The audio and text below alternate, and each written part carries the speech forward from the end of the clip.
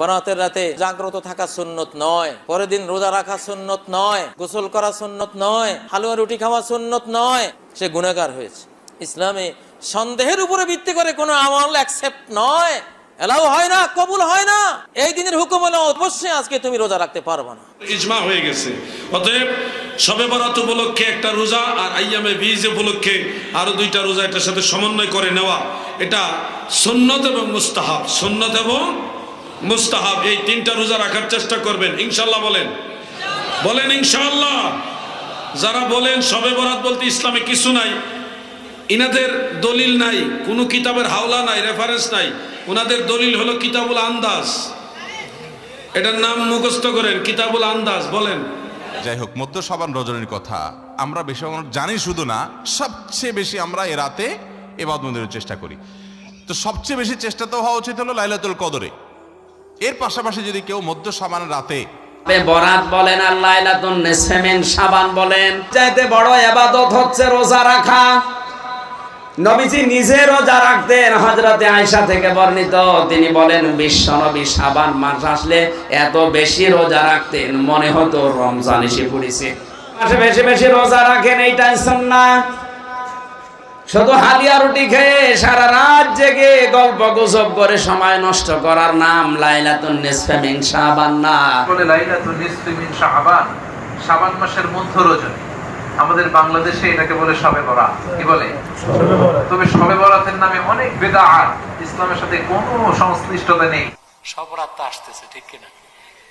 দেখুন, লাইলাতুল বারাত বা নিসফু শাবানের ব্যাপারে অনেক হাদিস আছে, কিছু মওযু, কিছু জয়ীফ, কিন্তু একদম বিশুদ্ধ সনদে, মারফু মুত্তাসিল সনদে 60টা হাদিস পাওয়া যায়।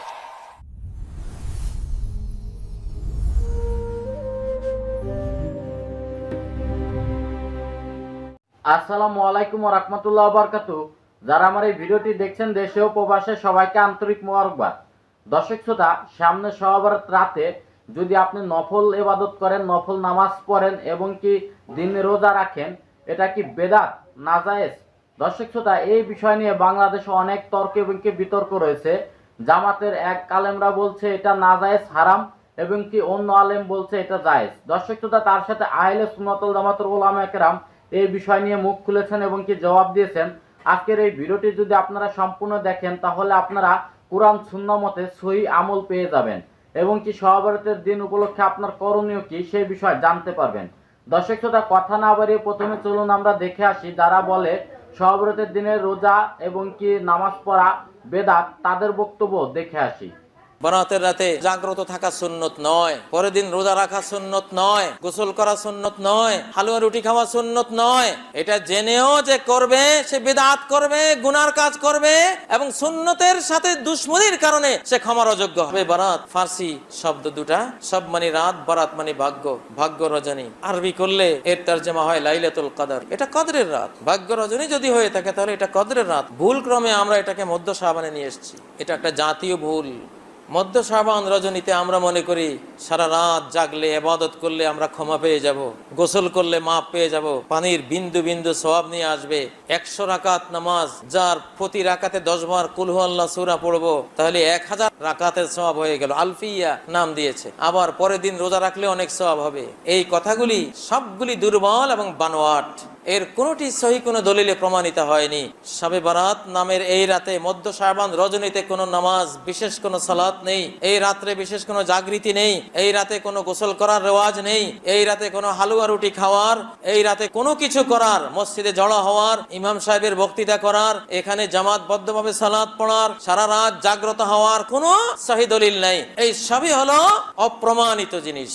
ডকুমেন্টস নেই, SCS রেকর্ড নাই, RS রেকর্ড নাই, এর পাট্টা নাই, এর পর্চা নাই, খাজনা রশিদ নাই, এর খতিয়ান নাই, ডাটটাও নাই, কিছুই নেই। যেটা আছে সেটা কি? এই রাতটি হলো আল্লাহ তাআলা বরং অসংখ্য মানুষকে ক্ষমা করবেন। ক্ষমার জন্য এই মাসটি রাখা হয়েছে, রাত্রি জাগরণের জন্য রাখা হয়নি। ঘুমিয়ে থাকো, তুমি ক্ষমা পেয়ে যাবা। হ্যাঁ, যদি প্রত্যেক রাত তাহাজ্জুদ পড়ার অভ্যাস থাকে, এই রাতেও পড়বা। তুমি সারা বছরই পড়ো, এই রাতে পড়ো, কিন্তু সারা বছর পড়লে না, শুধু এই রাতে পড়লে এর পারমিশন নেই, অনুমতি নেই। এটা বেদাত, এটা কুসংস্কার, সুন্নাহর খেলাফ। যে হাদিসগুলি এই সংক্রান্ত বর্ণনা করা হয় সবগুলি দুর্বল এবং কিছু আছে বানোয়াট। প্রমাণিত হয়নি যে নবীজি এগুলি করেছেন বা বলেছেন, প্রমাণিতই হয়নি। যেটা প্রমাণিত হয় না ওটার উপর আমল করা যায় না। এই জন্য কেউ যদি 29শে শাবানের পরে আকাশ মেঘাচ্ছন্ন দেখে সন্দেহ করে যে 29শে শাবান চলে গেছে, আজকে রমজানের 1 তারিখে হতে পারে, 30শে শাবানও হতে পারে, কিন্তু আকাশ তো মেঘাচ্ছন্ন, আমি কি করব? আজকে রমজান হতেও পারে। সে যদি এই সন্দেহের উপর রোজাটা রাখলো, পরে দেখা গেল হ্যাঁ আজকে রমজানই ছিল, 29শে শাবানের পরে আকাশ মেঘাচ্ছন্ন থাকার কারণে সন্দেহ করেছে রোজা রাখলো, নিশ্চিত জ্ঞানের উপর ভিত্তি করে রাখলো না, নিশ্চিত জানলো না যে আজকে রমজান শুরু হলো কিনা, পরে জানলো যে হ্যাঁ রমজান শুরু হয়েছিল, তবুও তার এই রোজাটা হয়নি, সে গুনাহগার হয়েছে। ইসলামে সন্দেহের উপরে ভিত্তি করে কোনো আমল অ্যাকসেপ্ট নয়, এলাও হয় না, কবুল হয় না। এই দিনের হুকুম হলো অবশ্যই আজকে তুমি রোজা রাখতে পারবে না, সন্দেহের উপর কোনো আমল চলে না। এই যে শবে বরাতের কোনো আমল আছে কিনা, শবে বরাতের রোজা ও নামাজের নিয়ম কি, সবচেয়ে বহুল জিজ্ঞাসিত প্রশ্ন এখনকার। শবে বরাত আসছে, যেটাকে আসলে হাদিসের ভাষ্যে বলা হয়েছে মধ্য শাবানের রাত, শবে বরাত না, এটার হাদিসের ভাষ্যের নাম কি? মধ্য শাবানের রাত। এই মধ্য শাবানের রাত বা মধ্য শাবানের রজনী, এই রাতে যেটাকে আমরা শবে বরাত বলি, এই রাতের নামাজের নিয়ম কি?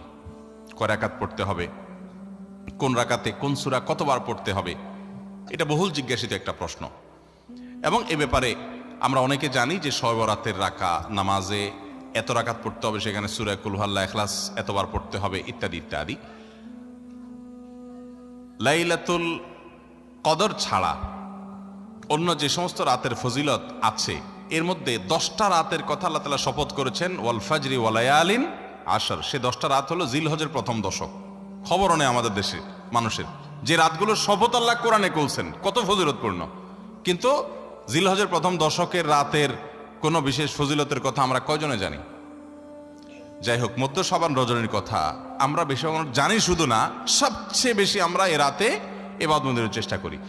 তো সবচেয়ে বেশি চেষ্টা তো হওয়া উচিত হলো লাইলাতুল কদরে। এর পাশাপাশি যদি কেউ মধ্য শাবানের রাতে আল্লাহ তাআলার ক্ষমা লাভের চেষ্টা করে, সেটা দর্শনীয় না, সেটা জায়েজ। এই রাতের এতটুকু ফজিলত অবশ্যই প্রমাণিত যে আল্লাহ রাব্বুল আলামিন এ রাতে হিংসুক ছাড়া, মুশরিক ছাড়া বাকি মানুষগুলোকে সাধারণ ক্ষমা ঘোষণা করেন। অতএব এ রাতের একেবারে কোনোই ফজিলত নেই, ব্যাপারটা সেরকম না। বিভিন্ন হাদিসের আলোকে এইটুকু অন্তত সাব্যস্ত হয় যে আল্লাহ তাআলা হিংসুক এবং আপনার মুশরিক ছাড়া, মানুষের পিছিয়ে লাগে শত্রুতা, এই মানুষ ছাড়া বাকি মানুষ থেকে মাফ করে। তাহলে মধ্য শাবানের রাত বা যেটাকে শবে বরাত বলছি আমরা, এই রাতের মূল আমলই হলো, এটাকে কেন্দ্র করে মূল আমলই হলো নিজেকে শিরক এবং হিংসা থেকে পরিচ্ছন্ন করা, সাধারণ ক্ষমার উপযুক্ত করা, এটা হলো মূল আমল, বাস। এর বাইরে আপনি ক্ষমা লাভের জন্য যদি চেষ্টা করেন, সেটা কোনো দর্শনীয় বিষয় নয়। তবে এই রাতকে কেন্দ্র করে বিশেষ ফরম্যাটে নামাজ, রাত জেগে, তারপর বিশেষ ফরম্যাটে ইবাদত, এই সূরা এতবার, এই নামাজ এত রাকাত, এরকম কোনো কথা কোরআন হাদিসে বর্ণিত হয়নি। এগুলো আমরা মনগড়া বানিয়ে নিয়েছি। এবং যদি এরকম কোনো ফরম্যাট আমরা ঠিক করে নিয়ে সেভাবে ইবাদত করাটাকে আমরা এ রাতের আমল, শরিয়া সিদ্ধ আমল মনে করি বা সুন্নাহ আমল মনে করি বা কোন নির্দিষ্ট আমল মনে করি, তাহলে বেদাতে পর্যবেসিত হবে। অতএব বাড়াবাড়ি এবং ছাড়াছাড়ি এই দুইটাই আমাদেরকে পরিহার করতে হবে। যতটুকু আছে ততটুকু আমরা আমল করব এবং এসে আমল অনুযায়ী আমরা চলার চেষ্টা করব। শবে বরাতে সবচেয়ে বেশি মানুষ মসজিদে কেন ভিড় জমায় বলেন তো? শবে কদর বেশি ফজিলতপূর্ণ না এই রাত? এটাকে হাদিসের পরিভাষায় বলে লাইলাতুন নিসফি মিন শাবান, শাবান মাসের মধ্য রজনী। আমাদের বাংলাদেশে এটাকে বলে শবে বরাত। কি বলে? তবে শবে বরাতের নামে অনেক বিদআত, ইসলামের সাথে কোনো সংশ্লিষ্টতা নেই, এরকম অনেক জিনিস আমাদের দেশে আছে না নেই? সর্বপ্রথম যে ভুল জিনিসটা প্রচলিত আছে সেটা হচ্ছে এ রাতে মানুষের ভাগ্য নির্ধারণ হয়। এ রাতে মানুষের ভাগ্য ফিক্স করা হয়, এই মর্মে কোনো হাদিস নাই, কোরআনের কোনো আয়াত নাই। বুঝতে পেরেছেন? দ্বিতীয় কথা হচ্ছে আমাদের দেশে সবচাইতে বেশি গুরুত্ব দিয়ে পালন করা হয় শবে বরাতের রাতকে। এটাও ঠিক না। ইসলামের সবচাইতে দামি রাত হচ্ছে লাইলাতুল কদরের রাত। কিসের রাত? লাইলাতুল কদর। আমাদের দেশে আমরা 27শে রমজানকে লাইলাতুল কদর হিসেবে পালন করি, কিন্তু এটা নিশ্চিত না যে 27 তারিখে কদর হবেই। বরং বিশ্বনবী বলেছে ফালতাবিসু ফিল আশরিল আওয়াখির মিন রমাদান, রমজানের শেষ দশকের বেজর রাত্রিগুলোতে তোমরা লাইলাতুল কদর তালাশ। দর্শক শ্রোতা, আপনারা দেখতে পেয়েছেন জামাতের আলেমরা তারা বলেছে কোরআন এবং কি হাদিসে তারা শবে বরাত সম্পর্কে কোনো হাদিস বা দলিল পায়নি। যদি কেউ শবে বরাত উপলক্ষে কেউ নামাজ বা রোজা রাখে তাহলে সেটা বেদাত হয়ে যাবে, হারাম হয়ে যাবে। দর্শক শ্রোতা, জামাতের আরেক আলেম মুফতি আমির হামজা সাহেব তিনি আবার দলিল পেয়েছেন। চলুন আহলে সুন্নাত ওয়াল জামাতের উলামায়ে কেরাম এবং কি মুফতি আমির হামজা সাহেব কি বলেন তাদের বক্তব্য দেখে আসি। কারণ হলো আইয়ামে বীজের যে 3টা রোজা, প্রত্যেক মাসের 3টা রোজা মাঝখানে, এই 3টা রোজা তো সুন্নতে রাসূল, এটা নিয়ে তো কোনো ইখতিলাফও নাই। পাশাপাশি সুনান ইবনে মাজাহ শরীফে যে রিওয়ায়াত হযরত আলী রাদিয়াল্লাহু আনহু থেকে রয়েছে, عن علي بن ابي طالب رضي الله تعالى عنه قال قال رسول الله صلى الله عليه وسلم اذا كانت ليله النصف من شعبان فقوموا ليلها وصوموا يومها او نهارها سبحان الله। আল্লাহর হাবিব বলেন, উম্মতেরা শুনো, যখন শাবান মাসের মধ্যবর্তী রাত আসে, রাত জেগে ইবাদত করো, দিনের বেলায় রোজা রাখো। সুবহানাল্লাহ। মুহাদ্দিসিনে কেরামের সবার মতে হাদিসের সনদ দাঈফ, কেউ এটাকে মওযু বলেননি। আদ-দাঈফু ইউমালু বিহি ফি ফাদাইল বিল ইত্তেফাক, সর্বসম্মতিক্রমে ফাজাইলের ক্ষেত্রে দাঈফ সনদের হাদিস গ্রহণযোগ্য, এটা নিয়ে কোনো ইখতিলাফ নাই, এটার উপরে ইজমা হয়ে গেছে। অতএব শবে বরাত উপলক্ষে একটা রোজা আর আইয়ামে বীজ উপলক্ষে আরো 2টা রোজা এটার সাথে সমন্বয় করে নেওয়া, এটা সুন্নত এবং মুস্তাহাব, সুন্নত এবং মুস্তাহাব। এই 3টা রোজা রাখার চেষ্টা করবেন ইনশাআল্লাহ। বলেন বলেন ইনশাআল্লাহ।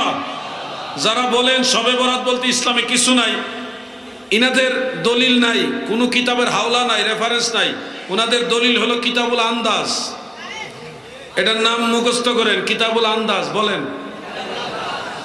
এখন যদি কেউ মাসআলা বলে যেটা রেফারেন্স দেয় না, কোন কোরআনেরও রেফারেন্স নাই, হাদিসেরও রেফারেন্স নাই, কোনো কিতাবের রেফারেন্স নাই, বলতেছে এটা করা যাবে না, তখন জিজ্ঞাবেন এটা কি কিতাবুল আন্দাজ?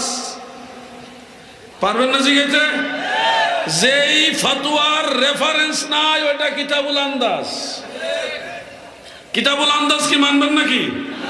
কোরআন হাদিস বাদ দিয়া কিতাবুল আন্দাজ চলবে না। লাইলাতুল নিসফি মিন শাবান কি বলা হয়? লাইলাতুল বারাত। যারা লাইলাতুল বারাত খুঁজে পাচ্ছেন না, দয়া করে আপনারা একটু কষ্ট করে 2টা কিতাব পড়েন, তাফসিরে কবির আর তাফসিরে কুরতুবী। সূরা দুখানের মধ্যে আল্লাহ তাআলা বলেছেন, ইন্না আনজালনাহু ফি লাইলাতিন মুবারাকা। এই লাইলাতুল মুবারাকা সম্পর্কে মুফাসসিরিন আল্লামগণ তিনারা লিখেছেন, ওয়ালাহা আরবাআতু আসমা। এই লাইলাতুল মুবারাকার 4টা নাম। কয়টা নাম? 4টা নাম। আহাদুহা লাইলাতুল বারাত, একটা হলো লাইলাতুল বারাত। তো যারা কষ্ট করে খুঁজে পাচ্ছেন না, পাবেন কিভাবে ভাই? যারা খয়রাতি তারা তো কিতাব কিনে না, এ সডি বই পইরা ফতোয়া দিলে কই থেকে পাইবেন ভাই? আবার দেখা গেছে শেষ বয়সে কিছু হাবিবুল্লাহ কিতাব টিতাব কিনছে, কিনার পরে এখন তো চোখে ঠিক মতো দেখে না, চশমা ছাড়া কামই হয় না।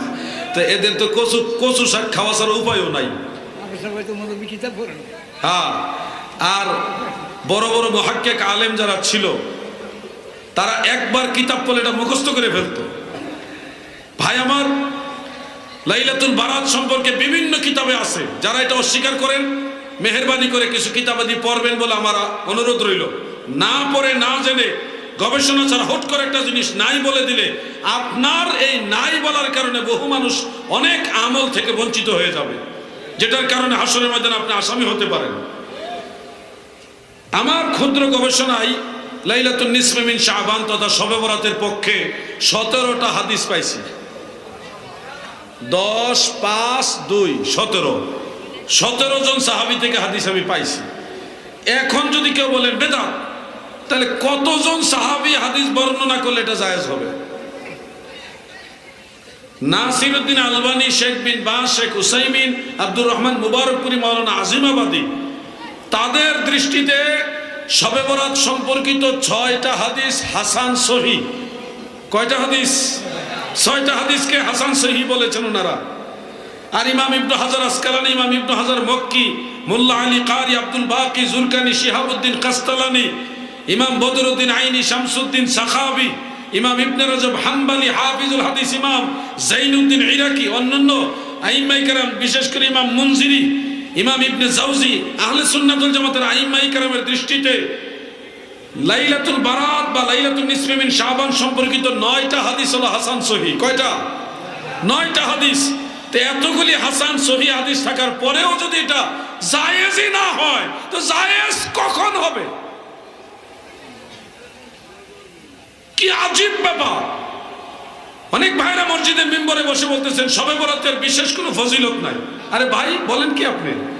সহিহ ইবনে হাব্বানের মধ্যে উল্লেখ, আলবানী এটাকে সহিহ বলেছেন, সিলসিলাতু আহাদিসিস সহিহা ওই গ্রন্থের 1144 নম্বর হাদিসে বলেছেন হাদিসুন সহিহ, এইভাবে লিখে তারপরে লিখেছেন হাদিস আন মুআয ইবনে জাবাল রাদিয়াল্লাহু আনহু আনিন নবী সাল্লাল্লাহু আলাইহি ওয়াসাল্লাম ইয়াকুল ইয়াতলিউ আল্লাহু তাআলা আযজা ওয়া জাল্লা ফি লাইলাতিন নিসফি মিন শাবান ইলা খালকিহি ফায়াগফিরু লিজামিই খালকিহি ইল্লা মুশরিকিন আও মুশাহিন আও কামা ক্বালা আলাইহি সালাতু ওয়াস সালাম। হযরত মুআয ইবনে জাবাল নবীজির কাছ থেকে বলেন, আল্লাহর হাবিব বলেন, উম্মতেরা শোনো, যখন শাবান মাসের মধ্যবর্তী রজনী আসে, মাজাজি অর্থে আমার আল্লাহ তার বান্দাদের দিকে উকি মেরে তাকায়, অর্থাৎ খাস রহমতের নজরে তাকায়। ওই লাইলাতুন নিসফি মিন শাবানে তথা শবে বরাতে মুশরিক আর হিংসুক ছাড়া যত মানুষ আল্লাহর কাছে ক্ষমা চায়, আমার দয়াল নবী বলেন সবাইকে আমার আল্লাহ মাফ করে দেয়। বরাত বলেন আর লাইলাতুন নিসফি মিন শাবান বলেন, চাইতে বড় ইবাদত হচ্ছে রোজা রাখা। নবীজি নিজে রোজা রাখতেন, হযরতে আয়েশা থেকে বর্ণিত, তিনি বলেন বিশ্ব নবী শাবান মাস আসলে এত বেশি রোজা রাখতেন মনে হতো রমজান এসে পড়েছে। আমাদের এই আমলের খোঁজ নেই, খালি হালুয়া রুটি খুঁজতেছে। তাহলে শবে বরাত বলেন, লাইলাতুন নিসফি মিন শাবান বলেন, এটা পালন করার উত্তম পদ্ধতি আপনাকে রোজা রাখা লাগবে সামর্থ্য অনুযায়ী। এই কথা বলে দেখেন কেন রোজা রাখা লাগবে? ফামান শাহিদা মিনকুমুশ শাহরা ফালিয়াসুমহু। আল্লাহ পাক বলেন এই মাসের পরে যে মাস আসছে তার নাম রমজান, আর ওই মাস যদি কেউ পেয়ে যায় সে যেন অবশ্যই রোজা রাখে। এই কারণে শাবান আর রজব এটা রমজানের ট্রেনিং। আপনি মাসে বেশি বেশি রোজা রাখেন, এইটাই সুন্নাহ। শুধু হালিয়া রুটি খেয়ে সারা রাত জেগে গল্প গুজব করে সময় নষ্ট করার নাম লাইলাতুন নিসফি মিন শাবান না। আপনি কান্নাকাটি করতে পারেন রাতে, নফল ইবাদতের ভেতরে নামাজ পড়তে পারেন, নির্ধারিত না যে 12 রাকাত 16 রাকাত 22 রাকাত পড়তেই হবে না। আপনার শরীরে যতটুকু কোলায় পড়েন, যদি 2 রাকাত পড়ে মনে হয় জানা এখন কোরআন পড়লে ভালো লাগবে পড়েন, কোরআন শরীফ 2 পারা পড়ে যদি মনে হয় না একটু জিকির করেন, কোনো অসুবিধা নেই, কারণ এটা ফরজও না ওয়াজিবও না, এটা নফল জিনিস। কি জিনিস? এরপরও যদি নিরসন না কাটে আমি জানবো যে আপনার কপালের দোষ। মুসা আলাইহিস সালাম এর জামানায় কিন্তু বলেছিলেন একটা গরু জবাই করে গোশত যদি লাশের সাথে লাগাতে পারো তাহলে লাশ জিন্দা হয়ে জবাব দিয়ে দেবে যে কে তাকে হত্যা করেছে। কিন্তু যাদের লোকেরা ছিল তেড়া, যত প্রশ্ন করে উল্টা প্রশ্ন মুসা নবীকে করে।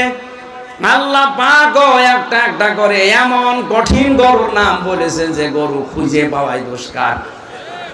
এই জন্য ইসলামের কোন বিধান সহজ সরল ভাবে বলার পরেও যদি কেউ মুসা নবীর উম্মতের মতো তেড়ামি করেন, আপনি যত তেড়ামি করবেন তত বিপদে পড়বেন। আশা করি আলেমরা বুঝেছেন। সব রাত আসতেছে, ঠিক কিনা? দেখুন, লাইলাতুল বারাত বা নিসফু শাবানের ব্যাপারে অনেক হাদিস আছে, কিছু মওযু, কিছু জয়ীফ, কিন্তু একদম বিশুদ্ধ সনদে মারফু মুত্তাসিল সনদে 60টা হাদিস পাওয়া যায় শাবান মাসের 15 তারিখ রোজা রাখার ব্যাপারে, রাতে ইবাদতের ব্যাপারে। যে এই শাবান মাসের 15 তারিখ লাইলাতুল বারাতে রাতে ইবাদত করবে, দিনে রোজা রাখবে, আল্লাহ তার জীবনের সব গুনাহ মাফ করে দিবেন। এখন আপনারা বলুন, কোন মানুষের কোন আমল করার জন্য একটি সহিহ হাদিস কি যথেষ্ট না? তো মওযু হাদিস, জয়ীফ হাদিসগুলোকে বাদ দিলেও কয়টি হাদিস পাওয়া যায়? 60টি মারফু মুত্তাসিল সনদে 60টি বিশুদ্ধ হাদিস পাওয়া যায়, যেখানে লাইলাতুল বারাত নিসফে শাবানের ব্যাপারে ফজিলতের কথা হাদিসে এসেছে। যারা রাতে ইবাদতে কাটাবে, রাতে জাগ্রত থাকবে এবং দিনে রোজা রাখবে, হাদিসে বিভিন্ন শব্দ এসেছে গফিরা লাহু মা তাকাদ্দামা মিন যামবি, আল্লাহ তার জীবনের সব গুনাহ মাফ করে নিষ্পাপ বানায় দিবে। তা আমাদেরকে আরো দলিল দরকার আছে? মুমিনের লাগে এক দলিল, শয়তানের 100 দলিল, ঠিক কিনা? তাও শয়তান মানে না। লাইলাতুল বারাতের ব্যাপারে আমার ডকুমেন্টারি আছে, ইউটিউব থেকে সার্চ করে দেখে নেবেন। এরপর এক ভাই প্রশ্ন করেছেন, আরেকটা প্রশ্ন করেছেন, পীরের মুরিদ হওয়ার বিষয়ে কোরআন হাদিস দ্বারা জানতে চাই। যে বিস্তারিত জানতে চান, কোরআন কারিমের দুটো আয়াতের তাফসীর আমার শুনবেন নেট সার্চ দিয়ে। ফা'লাম আন্নাহু লা ইলাহা ইল্লাল্লাহ, সূরা মুহাম্মদ আয়াত নাম্বার 27 সাল্লাল্লাহু আলাইহি ওয়াসাল্লাম। এই আয়াতটির তাফসীর দেখবেন, কিংবা সূরা তাওবা 119 নম্বর আয়াত, ইয়া আইয়ুহাল্লাযীনা আমানুত্তাকুল্লাহ ওয়া কুনু মা'আস সাদিকিন, এই আয়াতের তাফসীরটা বের করে দেখবেন। কোরআন সুন্নাহ থেকে সুস্পষ্টভাবে প্রমাণিত তাসাউফ তরিকত শিখতে আপনার একজন উস্তাদ লাগবে, রাহবার লাগবে। তাকে আরবিতে বলা হয় শায়েখ, ফার্সিতে বলা হয় পীর। কথা বুঝতে পারছেন? বিশেষ করে দেখুন, আল্লাহ বলেছেন ফা'লাম আন্নাহু লা ইলাহা ইল্লাল্লাহ। দর্শক শ্রোতা, আপনারা দেখতে পেয়েছেন আহলে সুন্নাত ওয়াল জামাতের উলামায়ে কেরাম তারা দলিল সহ প্রমাণ সহ তুলে ধরেছেন। তারা সহিহ হাদিস দিয়ে দলিল দিয়েছেন যে শবে বরাত রাতে নামাজ এবং কি দিনের রোজা রাখা যাবে, এটা সুন্নাত বা মুস্তাহাব। এবং কি মুফতি আমির হামজাও এ সম্পর্কে তিনিও কিন্তু বিস্তারিত কথা তুলে ধরেছেন এবং কি তিনিও দলিল পেয়েছেন। তবে জামাতের অন্য আলেমরা কেন দলিল পায়নি, আসলে এই বিষয়টা আপনাদের কাছে প্রশ্ন রেখে গেলাম।